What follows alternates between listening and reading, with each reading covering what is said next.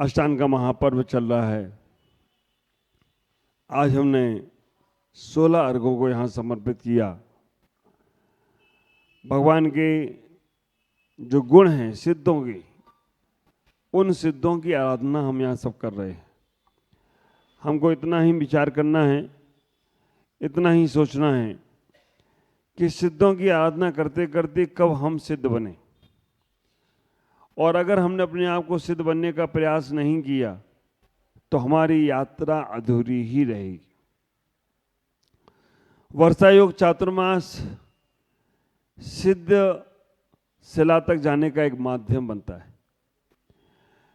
चातुर्मास में कितने कार्यक्रम हुए, चातुर्मास में कितनी प्रभावना हुई, चातुर्मास में कितने मेहमान आए, चातुर्मास में कितनी बोलियां बोली, ये सब बाहर का बाहर है। पर चातुर्मास में कितना हमारा जीवन बदला, कितने हमने अपने आप के परिणामों को सुधारा, कितना हमने अपने लिए प्रयास किया कि हम अपने आप को सिद्धत्व की यात्रा में लेकर जाएं, वो तुम्हारे जीवन की सार्थकता होगी। बड़े सौभाग्यशाली, बड़े पुण्यशाली हैं तुमकुर के हमारे सभी श्रावक, सभी भक्तगण। हजारों किलोमीटर से मुझे यहाँ बुला लाए। आप विचार करके रखना, नदी को मोड़ना, किसी नहर को मोड़ना बहुत आसान होता है, लेकिन सागर को ही मोड़ देना ये बहुत दुर्लभ काम होता है। तुमने सागर को ही मोड़ दिया।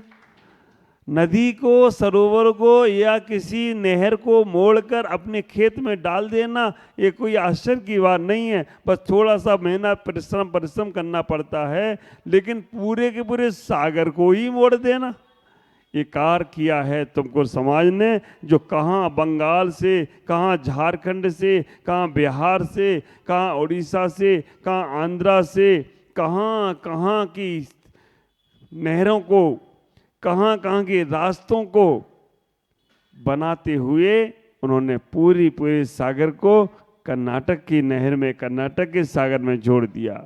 पर आप विचार करके रखना, ये सागर चलकर तो आ गया, और सागर के आने से भगवान का अभिषेक भी संभावित हो ही जाएगा, मंदारगिरी का उद्धार हो भी जाएगा, लेकिन हमारे भोले श्रावकों का भी उद्धार होना चाहिए। आप इतना ही विचार करके रखना, ये समय जो हमें मिला है 4 महीने का, बड़े पुण्य और बड़े सौभाग्यशाली हो। कर्नाटक में बहुत बड़ी बड़ी समाजें हैं, बड़े बड़े चातुर्मास भी हो रहे होंगे, लेकिन तुमकुर में एक ऐसा चातुर्मास, ऐसा संगम चातुर्मास होने जा रहा है जो 8 में हुआ था, 7 में हुआ था या 8 में, 7 में हुआ था, 2007 में हुआ था, और अब 2026 में होने जा रहा है। 19 साल बाद ये चातुर्मास, आप विचार करके रखना, 19 साल पहले भगवान का सृजन हुआ था, अब तुम लोगों को भगवान बनना है, अपने परिणामों को अच्छे से अच्छा बनाने का प्रयास करना है। चातुर्मास में हम इतना ही विचार करके रखें, सागर का पानी आया है हमारे द्वार पर चलकर, उस पानी को अपने जीवन की बगिया में डालने का प्रयास करो। अगर उस पानी को, उस जल को तुमने अपने जीवन की बगिया में डालने का प्रयास किया तो तुम्हारे अंदर से ही किसी के अंदर चंपा की खुशबू आएगी, किसी के अंदर गुलाब की खुशबू आएगी, किसी के अंदर चमेली की खुशबू आएगी, और जो भैया वृत्ति करने रात में आएंगे उनके अंदर रात रानी की खुशबू आएगी जरूर।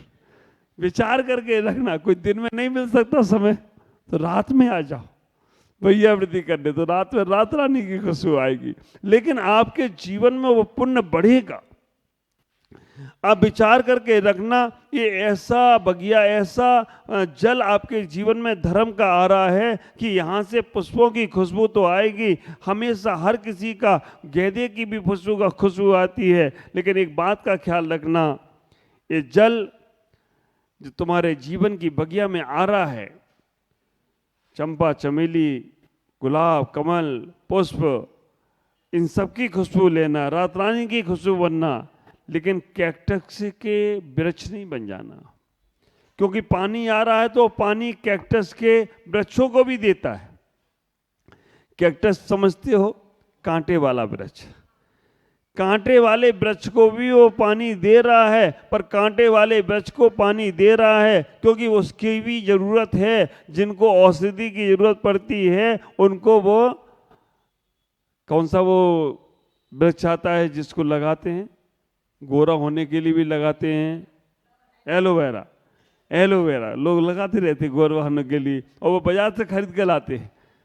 हमारे जब से ये रामदेव बाबा आए ना, उन्होंने एलोवेरा का उपयोग करना बता दिया। उन्होंने तो पैक करके देने शुरू कर दिया, लेकिन हमारे घर के बाहर पे पेड़ छोटे थे, उनको हम लगाना नहीं चाहते सारी की सारी।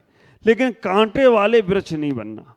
मैं ये कहना चाहता हूं, चातुर्मास में हर प्रकार के तुम पौधे बनना, हर प्रकार के तुम पुष्प बनना, लेकिन कांटे वाले नहीं बनना। वैसे आप इतना ही विचार करके रखना, कमल को भी तोड़ना है तो पहले कांटे से ही जो गुजरना पड़ता है। बिना कांटों के कमल भी सुरक्षित नहीं है, है ना। कोई भी पुष्प को, और एक पेड़ और आता है, एक पेड़ और आता है छुई का। छुई मुई का पौधा बनना हो तो आप विचार करके रखना, उसे छुओ तो वो सिकुड़ जाता है, और उससे अगर तुमने थोड़ा सा देखा तो खोल जाता है। वो छुई मुई के पौधे हम साधु संत हैं, क्योंकि अगर हमने तो तुमने हमको थोड़ा सा अच्छे से अच्छा भक्ति की, अच्छी श्रद्धा की, अच्छे व्रतों को पालन किया, अच्छे नियमों को पालन किया, और हमारे वे नियम पालन कराने में सहयोगी बने, तो हम फैल जाएंगे, हम खुश हो जाएंगे। और जहाँ तुमने हमारे साथ गलत व्यवहार करना चाहा, मतलब हम बोलते रहे और तुमको हाँ हाँ हाँ हाँ, बाद में हाँ ना, कुछ नहीं है, मालूम ही नहीं पड़ा कुछ हो रहा है या नहीं हो रहा है। अब ख्याल करना, हमने बोला कि भाई ऐसा ऐसा जीवन में आगे बढ़ना चाहिए, तब लेकिन समझ में ही नहीं आया, और हमारे नाम लेके आपस में झगड़ा कर लिया, हमारे नाम लेकर आपस में लड़ाई कर ली, एक दूसरे की आलोचना करने लगे, या और कुछ भी हमारे सामने आपस में झगड़ा करने लगे, तो हम इतना ही बछुई मुई के पेड़ की तरह हैं, हम सिकुड़ जाएंगे। हम इतना ही विचार करें। और कर्नाटक में तो मैसूर बगल में है, मैसूर के बगल में मलियागढ़ है, और मलियागढ़ का चंदन तो इतना फेमस है, आप ख्याल करके रखना, चंदन के वृक्ष में और अन्य वृक्षों में अंतर देखो। अन्य वृक्षों में इतना अंतर होता है कि कोई अन्य वृक्षों में कहीं पे फल आता है, कहीं पत्ते आते हैं। अभी हम लोगों का स्वाध्याय चल रहा है, और अभी स्वाध्याय में वही चर्चा आई है, पंचशी काय में चर्चा चल रही है, भेद और अभेद की चर्चा आई है।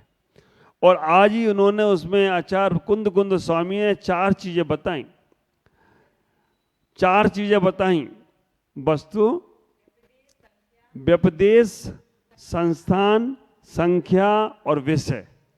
व्यपदेश, संस्थान, संख्या और विषय, 4 चीजें बताएं। ये चारों को 6 द्रव्यों में घटाना है, भेद और अभेद रूप से घटाना है। तो आचार्य कुंद कुंद स्वामी कहते हैं व्यपदेश मतलब जो कथन हम कर रहे हैं, पहले समझ लो। व्यपदेश मतलब जो हम कथन कर रहे हैं, बोल रहे हैं, चर्चा कर रहे हैं, ये सब व्यपदेश है। संस्थान, जो हमारे शरीर का आकार है, जो इस भवन का आकार है, जितने आर्किटेक्ट बने हैं आज, वास्तु वाले हैं, ये सब पहले संस्थान के ज्ञान किए होंगे, तभी आज वास्तु शास्त्र समझ पा रहे हैं। तो आप विचार करके रखना, जो घर का मकान का आकार है, हमारे शरीर का आकार है, ये बर्तनों का आकार है, भगवान का आकार है, ये सब संस्थान में आता है। और 30 नंबर पे कहा संख्या, कितना मापदंड है, तुम्हारा शरीर 5 फीट का है, 3 फीट का है, 4 फीट का है, 2.5 फीट का है। पहले का शरीर मालूम कितना बड़ा होता था, 525 धनुष के हमारे भगवान बाहुबली स्वामी थी, 500 धनुष के हमारे भगवान आदिनाथ थे, 500 धनुष के भगवान भरत भगवान थे, और एक एक धनुष 4-4 हाथ का। आप विचार करना, 4 हाथ का एक धनुष, तो 500 धनुष के अगर थे तो 2000 हाथ का उनका शरीर था। कितना फिट रहा होगा। हम घटते घटते घटते घटते अब हम भगवान महावीर 7 हाथ के थे, भगवान आदिनाथ 500 हाथ के थे, भगवान पारसनाथ 10 हाथ के थे, उनके बाद महावीर स्वामी 7 हाथ के थे। अब आप लोग कितने हाथ के हो? 3.5 हाथ। तुम्हारा शरीर का नाप भी हमें मालूम है। 3.5 हाथ के रह गए हो, और वो भी अपने हाथ से नापना। जो जिस आकार में है वो अपने हाथ से 3.5 हाथ। और अभी इतना कम होता जा रहा है हमारा शरीर की अवगाहना। 3.5 हाथ से कोई 3 हाथ का ही रहता है, कोई 2.5 हाथ का ही रहता है। वैसे हमें तुमकुर में कोई 2.5-3 हाथ का दिखा नहीं है ना, लेकिन फिर भी कुछ कुछ कम वाले होते हैं। और आगे ये समय ऐसा आने वाला है कि हमारा शरीर मालूम 1 हाथ का, इतने बड़े हम रहेंगे, इतने बड़े हम रहेंगे 1 हाथ के। पेड़ हमारे पेड़ भी छोटे हो जाएंगे। और हमारा मकान जो अभी तुम्हारा 10 फीट का, जो 1 मंजिल 12 फीट की बनती है ना, वो 12 फीट में 5 मंजिल बन जाएंगे। क्योंकि आदमी 1 फीट का रहेगा तो उसमें कितने, 12 फीट में तो वो आदमी 1 फीट का तो जाएगा। अभी 12 फीट में 5 फीट का आदमी घुसता है, फिर 2.5 फीट की मंजिल होगी, 1 फीट का आदमी घुस जाएगा आराम से उसमें, है ना। अभी खिलौनों में देखते हो जो सब रियल में होने वाला है। तो घटती घटती अवगाहना हो रही है। संख्या कितना मापदंड है, ये संख्या है।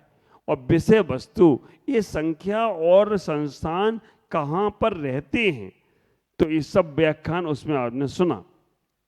आप विचार करके रखना, ये सारी की सारी चर्चा आचार्य कुंदकुंद स्वामी कहते हैं कि हमें अपने जीवन को समझने का प्रयास करना है। क्योंकि अगर हमने अपने जीवन को नहीं समझा तो हमारे पास और को समझने लायक रहेगा नहीं। ये चातुर्मास का समय बार बार नहीं मिलता है। हम कितना अपने जीवन में त्याग कर सकते हैं। देखो, आज सिद्ध चक्र महामंडल विधान हो रहा है, सिद्ध भगवान के सिद्ध की भूमि का शिलान्यास हो रहा है। तो हम, और ऐसा नहीं है कि केवल आपके तुमकुर में ही हो रहा है, हजारों जगह जहाँ जहाँ जैन समाज होगी। हाँ, लेवल कुछ अलग अलग हो सकता है, कहीं लेवल छोटा होगा, कहीं मध्यम का होगा, और कहीं बहुत बड़ा लेवल भी होगा। कहीं करोड़ों रुपया खर्च करके भी विधान चल रहा होगा, लगे होंगे वो सब चांदियों के बर्तन, चांदी के मुकुट, चांदी के हार, चांदी का मांडना, चांदी का चंदोवा, चांदी के भगवान। करोड़ों रुपए में वो विधान चल रहा होगा, कहीं लाखों में भी चल रहा होगा। हमारे यहाँ फ्री में चल रहा है। आप विचार करके रखना, ना करोड़ों ना लाखों, फ्री में चल रहा है। अपनी सामग्री लाओ, अपनी सामग्री चढ़ाओ। महाराज तुम्हें मिल ही गए हैं, भगवान तुम्हें मिल ही गए हैं, मारना पंडित जी ने बना दिया है, सुपारी हमारे सुबोध भाई सरतवेन ले ही आए हैं, समाज का चवन्नी का खर्चा नहीं, और सिद्ध चक्र विधान चल रहा है ऐसा। और आप विचार करना, ये अंतर, करोड़ों का जहाँ खर्चा हो रहा है वहाँ के विधान में, और लाखों का खर्चा हो रहा है वहाँ के विधान में, और हजारों का खर्चा हो रहा है वहाँ के विधान में, और फ्री का विधान हो रहा है वहाँ के विधान में, कोई अंतर? मंत्र से आदम शॉर्ट कर दें या पूजा की पंक्ति शॉर्ट कर दें, कोई अंतर नहीं है। सिद्ध शिला जाएंगे तो वो भी जाएंगे और हम भी जाएंगे। अगर इसके पुण्य से सिद्ध शिला का शिलान्यास होता है तो दोनों के विधान में कोई अंतर नहीं है। बस थोड़ा अंतर ये है, दिखावा वहाँ ज़्यादा होगा, हमारे यहाँ दिखावा नहीं है, संगीतकार भी नहीं, माइक भी मंदिर का है, कभी से हिला दो तो हिल जाएगा, और जा चल जाए तो चल जाएगा, चले तो शाम तक, ना चले तो शाम तक, लेकिन अभी चलेगा। आप विचार करके रखना, ऐसा भी होता है। और इसमें जितना आनंद है ना, वो पैसे दे के वाले में आनंद नहीं आता। उसमें माइक से करने वाला बुलाओ, ढूंढो उसको कहाँ। संगीतकार चला गया, वही संगीतकार को ढूंढो। पुजारी नहीं दिख रहा, पुजारी को। यहाँ तो हम ही पुजारी, हम ही संगीतकार, हम ही ढोलक वाले, और हम ही माइक वाले, और हम ही करने वाले, और हम ही कराने वाले, टेंशन मुक्त। आप विचार करके रखना, बाहर कभी भोजन करने जाओ तो बहुत नखरे आते हैं, इसमें नमक कम है, इसमें ये नहीं मिला, इसने ये नहीं बनाया। और जब कोरोना काल में तुम्हें खुद बनाना पड़ा तो जली रोटी भी अच्छी लग रही थी, ऐसा लग रहा तो आज दूध मलाई वाला भोजन कर लिया है। तो हम ऐसे में अपने जीवन को समझने का प्रयास करें, है ना। मैं तो क्योंकि अनुभव वाला व्यक्ति हूँ, पहली बार अनुभव लिया था मैंने 2008-7 में। रात्रि भोजन त्याग और शाम को चपाती खा रहे हैं। मैंने ये क्या है, बोला ये टिंडी है। तुमने भोजन क्या है, ऊटा क्या है? बोले चावल खाओ तो ऊटा, चपाती खाओ तो टिंडी। मैंने हो गया, मैंने कहा टिंडी में काम चला रहा हूँ अभी तक। तो रात्रि भोजन त्याग करो तो इडली सांभर और चपाती और चावल सब छोड़ना। केवल अगर वैसे तो रात्रि भोजन में पानी का भी त्याग होता है, पानी भी नहीं पीने का है चारों प्रकार के भोजन में, लेकिन फिर भी आप पे समर्थ नहीं। आप तो विचार करो ना, तुम्हारे मुनिराज 24 घंटे में एक बार खाकर मुस्कुरा रहे हैं और तुम दिन भर खाते हो। और की शकल देखी जाए तो मियाँ जी रोते क्यों, उनकी शकल ही हो। ख्याल करके रखो, आप जीवन में इतना ही विचार करो कि एक बार खा के उनका काम चलता है, तो हम शाम सूर्य अस्त के बाद, सूर्य अस्त के बाद नहीं कर पाओ तो दिन अस्त के बाद कम से कम नहीं करेंगे। भगवान के दर्शन करेंगे तभी करेंगे, ना कर पाओ तो हम अनाज की बनी वस्तु कम से कम रात्रि में नहीं सेवन करें। हम त्याग कराएंगे, तुम क्या सेवन करो ये नहीं बताऊंगा, नहीं तो पाप हमें लगेगा। हम तो ये बताएंगे कि नहीं करो, रात्रि में कम से कम अनाज की बनी वस्तु सेवन नहीं करो। क्या करना है ये तुम्हें विकल्प हमें नहीं है, इतना ही विचार करना। जितना हो सके त्याग से जुड़ने का प्रयास करो। त्याग की मूर्तियों को जब आप अपने यहाँ लाए हो तो त्याग से जुड़ने का प्रयास करो। धन मूर्तियों को लाते तो धन से जुड़ती, तीर्थ मूर्तियों को लाते तो तीर्थ से जुड़ती, लेकिन अभी आप त्याग के साधु संतों को लाए हो, कितना छोड़ सकते हो। बाह्य छोड़ना और अंतर छोड़ना। बाह्य से छोड़ना है वस्तुओं का त्याग, रात्रि भोजन नहीं करना, होटलों पे नहीं करना, है ना, और भी बहुत सारे हैं, ड्रिंक आदि नहीं करना, मसाला आदि नहीं खाना और जमीगंध नहीं खाना। रोज चर्चा करूंगा अभी, क्योंकि 8 दिनों में हमें भूमि तैयार करना है, फिर चतुर्दशी की स्थापना पर हमें बीजारोपण करना है और दीपावली पर फल उगाना है और अभिषेक में फल तुम्हें सौंप कर चले जाना है। इसलिए अभी भूमि तैयार कर रहा हूं, आप अपने मन को तैयार करें कि हमें 4 महीने कैसे अपने आप को बांधना है, सिद्ध शिला का शिलान्यास करना है। बहुत सारी चर्चा आपसे फिर करने का प्रयास करूंगा। आज इतना ही कहना चाहता हूं कि मन बना लो, ये जल आया है, सागर को तुमने मोड़ा है। और ये बात का ख्याल करना, हर सागर खारा हो सकता है, हर सागर खारा हो सकता है, लेकिन संत रूपी सागर खारा नहीं, मीठा ही मीठा होता है और वो मीठे को ही तुम्हें सौंपाना है। उस सागर में डूबोगे तो मर सकते हो, लेकिन संत सागर में डूबोगे तो तर जाओ तो कोई आश्चर्य की बात नहीं है। डूबने का प्रयास करना, तुम में भी, बच्चों को भी, फुल परिवार के साथ आप अपने जीवन के आनंद को लें, तभी कल्याण होगा। ओम नमः जय गुरुदेव।